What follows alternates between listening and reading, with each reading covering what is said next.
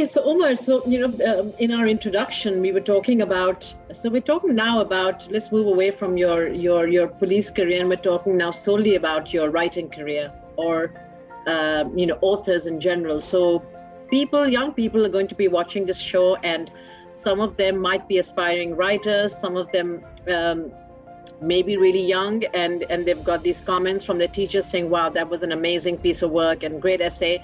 One day you'll be a great writer, or you should go towards writing or journalism or whatever." And then parents always look at that and say, hi, my bacha is going to be not going to make any money, or family ko kaise support karega, aur isme to paise hi nahi hai, aur kya tum writer banoge.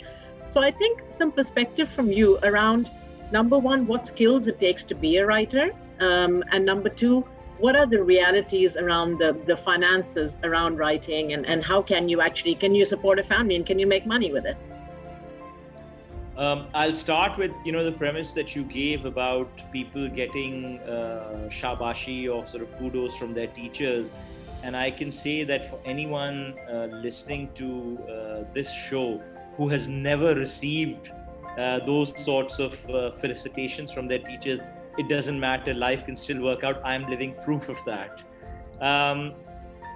To the point of writing as a career, yes, it's not easy. One in maybe 1,000 writers will become a J.K. Rowling, sort of billionaire or whatever.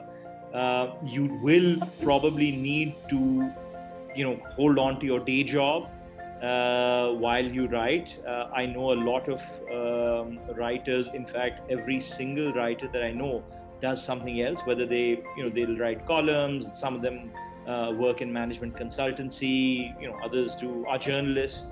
So you do need that, but that doesn't need to mean that you can't write. I think at times we box ourselves in with these choices where we say that, either you can be a writer or you have to have a quote unquote regular career. And I don't think that's true. I think you can, carry on both fronts. Everyone does.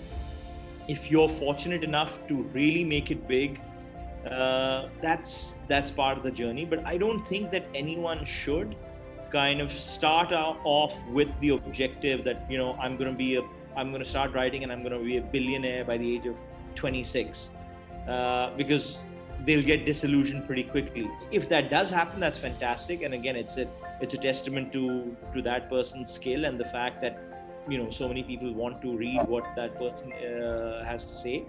But that can't be the objective to start with. And parents certainly shouldn't be planning to buy their first sort of Ferraris off their writer son or daughter's earnings very early on. So Umar, so what about like somebody right now who's watching this show, who's actually written a book, say, or written a manuscript, or has something?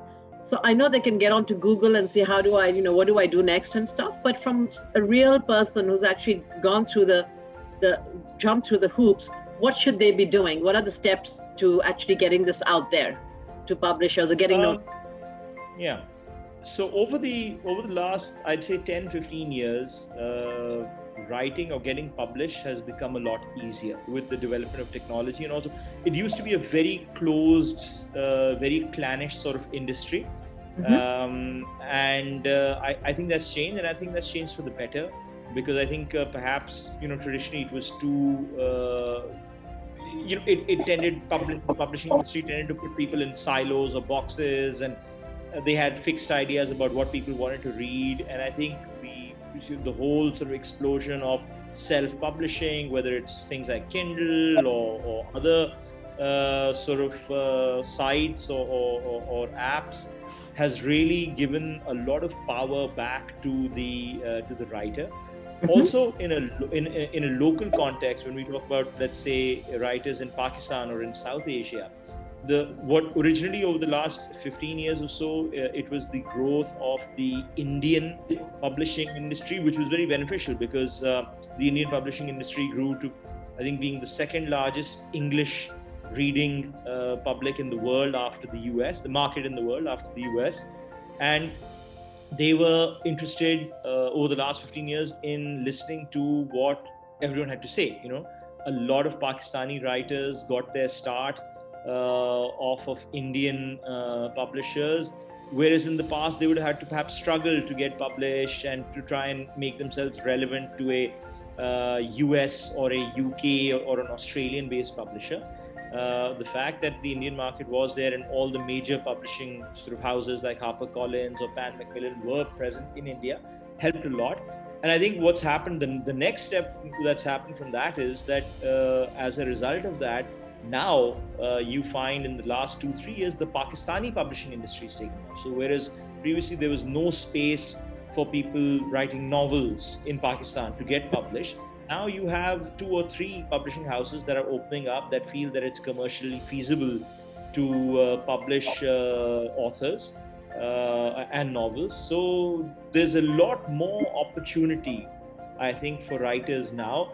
I will say one thing, combining this question and your previous one, that one of the things that I feel holds back a lot of writers is self-doubt.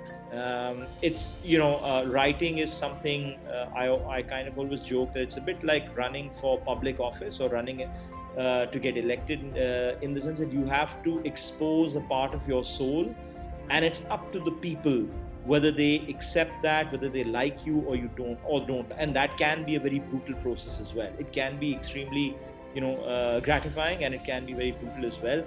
A lot of people get intimidated by that. My advice to them would be don't. If you write, doesn't matter what you write, just write. Oftentimes people get caught up in this thing of, oh, is what we have to say, will anyone listen to it or not? If you are, most writers are usually pretty avid readers.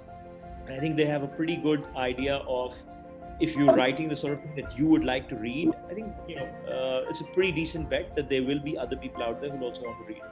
So fear of rejection one should not have, right? Fear of rejection. Don't have the confidence in your work or whatever. And, if it gets rejected, it doesn't do well, it's fine. Go on to do something else. Yeah. Absolutely. Yeah.